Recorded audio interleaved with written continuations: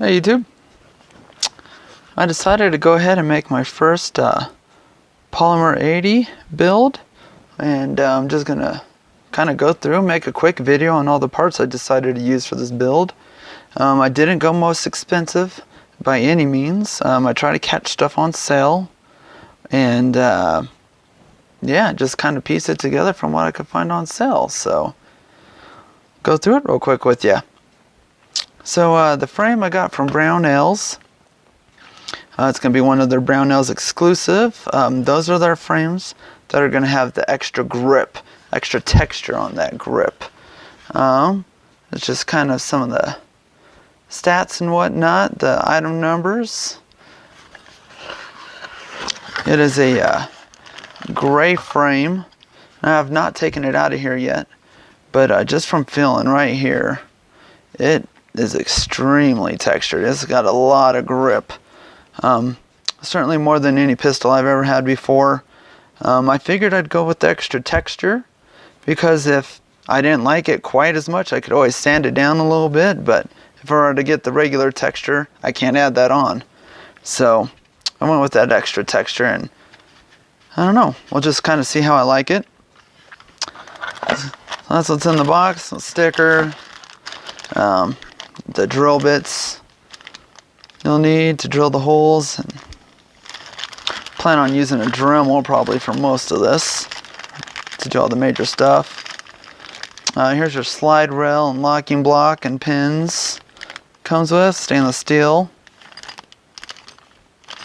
So that's what comes in the box here.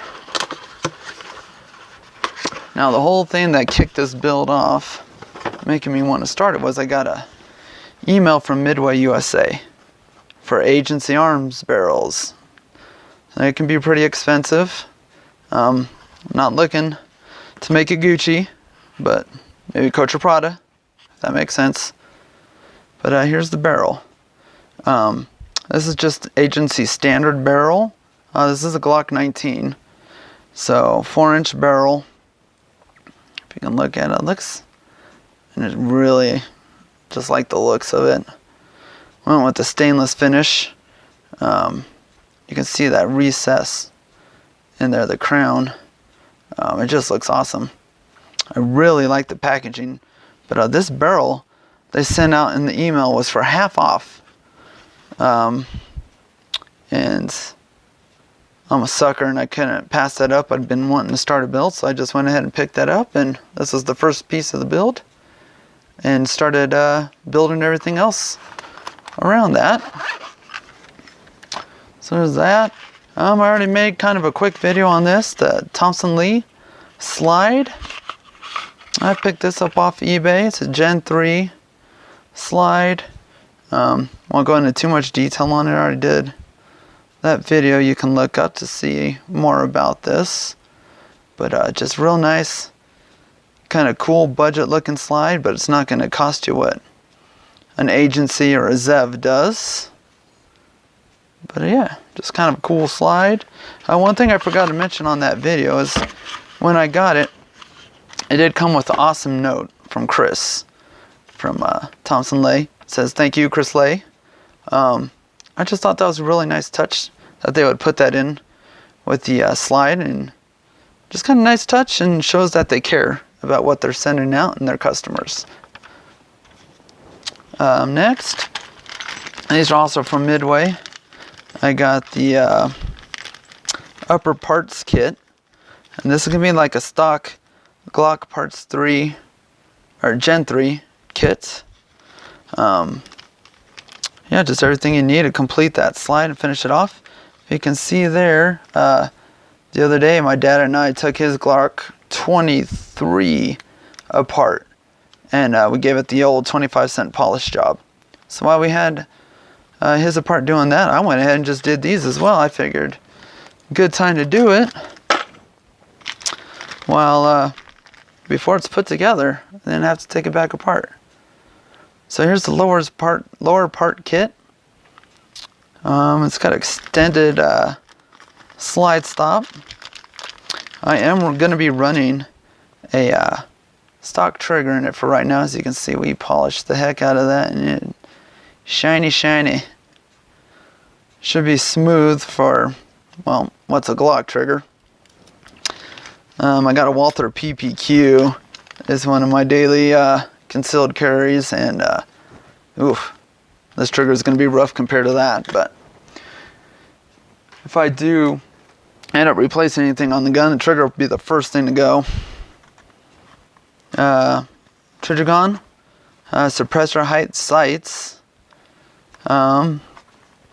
Just all blacked out in the rear here.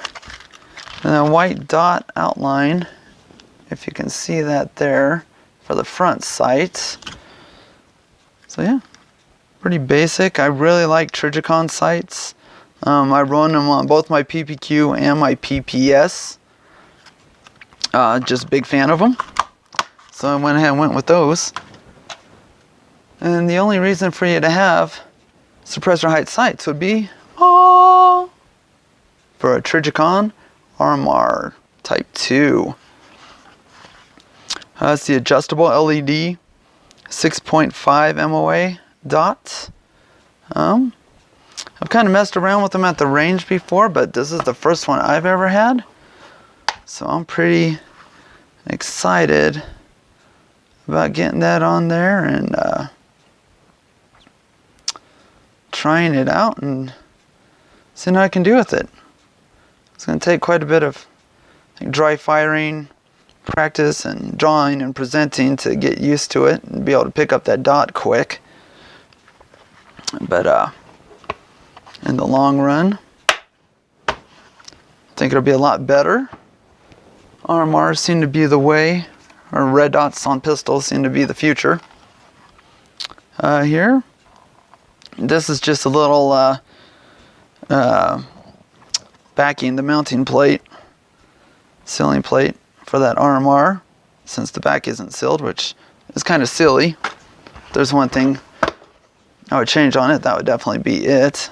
As you can see, it's just open back there instead of being sealed. So I think that plate was maybe $8, but it'd be nice if it came with it, so you didn't have to worry about that. Last but not least, everyone lives or knows you need some Glock Mags. Does it take Glock Mags? Yes, it does. Here you go. Here, I live in a mag restricted state, unfortunately, Colorado. So 15 rounds, the max I can get from online, which sucks because online saves you money.